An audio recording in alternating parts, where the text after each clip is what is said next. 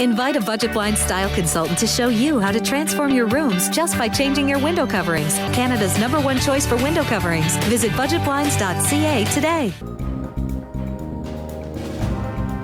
Welcome back.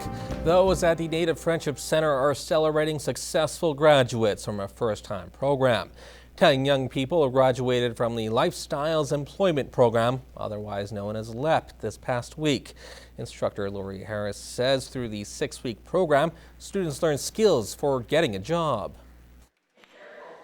I believe communication skills and what the workplace expectations are. Some just don't know what's okay out there and what's not. I really want to get into social work, definitely working with troubled youth.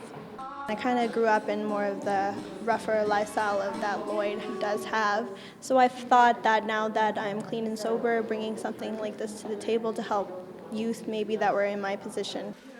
What's more, most of the graduates come to the program with little or no high school education. We're hoping to be able to fill a gap that hasn't been in the community for a few years since the program was taken out of Lakeland College repertoire. Otherwise, it's a huge burden to our social system, and we want active, contributing adults in our communities, so these programs are essential.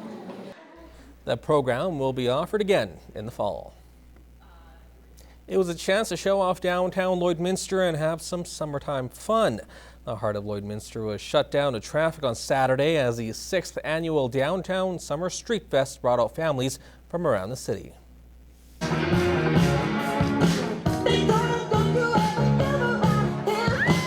As the annual mascot dance-off entertained the crowd outside, it was what was going on inside that excited Don Hames. We have just crowds of people that come in and look, and we're just really enjoying everyone. As the chair for Streetscapes, Hames says the Street Fest is designed to promote stores like hers. Downtown is the heart of Lloydminster, and what you find with the businesses that are down here is that they're unique. They're not chains that are the same all across the United States and Canada. What you find is one-of-a-kind businesses that are totally unique. But the day wasn't just about helping the local economy. Lloydminster's art scene has a chance to shine as well. As a kickoff to the week-long Arts Without Borders Festival, downtown was home to a special arts market, showing off the works of local talents. We're really working to get people involved, whether it be in art classes or just having a look at the art that is there to be displayed, joining in these activities, these festivals. It's gaining popularity, it's growing, and it's grown in the last 4 years that I've been here. Overall, organizers say the day had something for everyone, from interactive art, food, games, and even Disney princesses making an appearance, with one particular ice queen taking the blame for the gloomy weather. I'm sorry that I had to kind of ice the presents around here and thaw out a lot of people's summer dreams, because it is very cool out today, and I've been trying to hold back on the ice magic, but I'm sorry, I just bring a little bit of chill wherever I go. But despite the chill, Hames says she's happy with not only the turnout, but with how the community worked together to run the event again. It is fantastic, but it doesn't surprise me because Lloydminster is such an amazing community. It doesn't matter what needs to be done, they just all rally together and it gets done. And activities will continue for the rest of the week. For a full list of events, you can go online to artswithoutborders.ca. Well, exercise Maple Flag is one of the largest aerial combat training exercises in the world.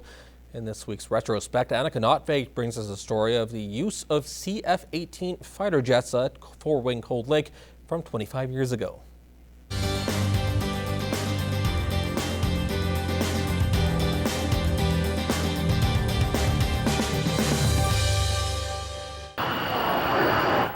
Operation Maple Flag has been viewed with interest by many people for some time now. But this year has been somewhat different with the growing shadow of the CF-18. In the past decade, the CF-18 has crashed some 13 times. Just in April, Defense Minister Bill McKnight canceled combat exercises for nearly 2 days. And a number of VIPs not normally around at the time of Maple Flag have made several visits, including the Defense Minister himself. And just today it has been announced that CFB Cold Lake is getting a $136 million expansion to improve the Aerospace Engineering Test Center. That would allow the base to study the entire aircraft. But for those who will one day be our fighter pilots, they show no real concern. Maple Flag Exercises Lieutenant Rob Miller says that as far as he knows, Maple Flag procedures have not been changed. And Corporal Alain Richard agrees, although he adds that it's somewhat different from flying at home. We come over here, we don't have the same amount of personnel that we got back home, so we sort of got to work really as a team to make sure everything works fine. But to both these fellows, the problems of the CF-18 are nothing to worry about, and they consider Maple Flag to be the next best thing to the real thing. Because you'll go out there and on a single launch, you'll launch 70 to 90 fighter airplanes, and it's a big team. It's good guys and you have bad guys, and it's a big war.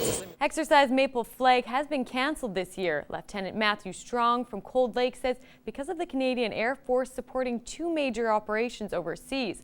6 CF-18 aircrafts are in use overseas. The last brand new ones are from 1988. Lieutenant Strong says they have been updated and worked on over the years. Now we're going into a period where the aircraft are going to be receiving another upgrade that was recently announced by the Conservative government, which should extend the aircraft to around to be useful until the year 2025. The majority of the F-18 Hornets are staying in Canada so that we can continue to train and prepare our forces so that we can rotate them in to combat operations overseas.